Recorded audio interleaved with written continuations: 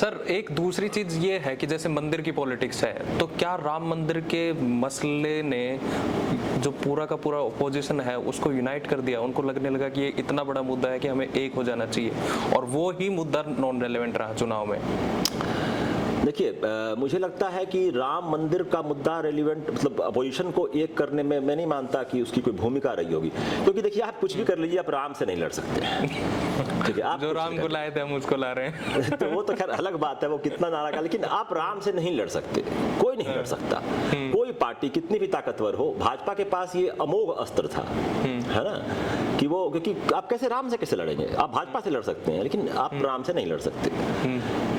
ये बात जरूर थी अपोजिशन के लिए कि इनको लग रहा था कि अगर हम एक नहीं हुए, चूंकि भाजपा चुनाव दर चुनाव राज्यों में, सेंटर में जीत रही थी, उनके अंदर एक खतरा था कि हम इर्रेलेवेंट हो जाएंगे।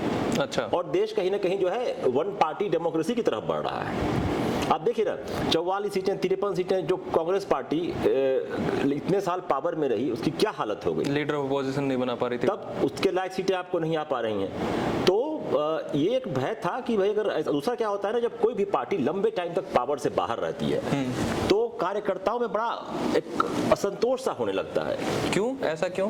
देखिए कि उन्हें मनचाहे पद नहीं मिलते, मनचाहे पद नहीं मिलते, उनके काम नहीं होते। मतलब मैं नाम नहीं लूंगा, हरियाणा के एक बहुत बड़े नेता हैं, उन्होंने कहा था कि हम जो है, हम राजनीति में धर्म कर्म का काम करने नहीं आए हैं, है ना, हम यहाँ हम सत्ता के लिए आए हैं, सभी सत्ता के लिए आए हैं, सत्ता की लड़ाई है। ठीक बात है। धर्म कर्म का काम करना है तो अयोध्या में, बनारस में, पहाड़ में जाके आदमी करे।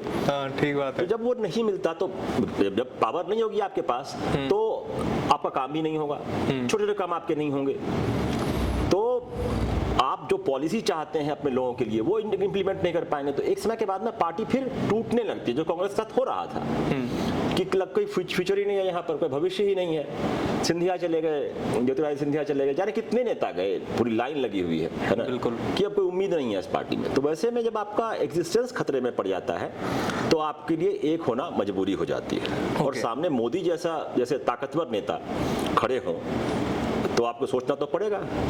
आप अखिलेश की परफॉर्मेंस को कैसे देखते हैं? अखिलेश की परफॉर्मेंस को मैं देखता हूं कि अखिलेश पहली बार, मुझे लग रहा है कि चुनाव में बहुत मैच्योरली उन्होंने हैंडल किया। जो सोशल इंजीनियरिंग उन्होंने की वो कमाल की थी और ज़मीन पर काम कर गई। पिछली बार जो बसपा के साथ गए थे तो उसमें फ़ायदा किसका हुआ ये नहीं मालूम, हो सकता है बसपा का ही फ़ायदा हुआ हो, सपा का तो नहीं हुआ कम से कम। लेकिन इस बार उन्होंने बहुत सोच समझ कर टिकट बांटे। और आप देखिए कि जो इंडिया गठबंधन है उसमें कांग्रेस और बीजेपी को छोड़ दें तो सबसे ज़्यादा सीटें लेकर के आए हैं। हाँ, इतनी ज़्यादा सीटें 37 के आसपास हैं। हाँ, अभी तो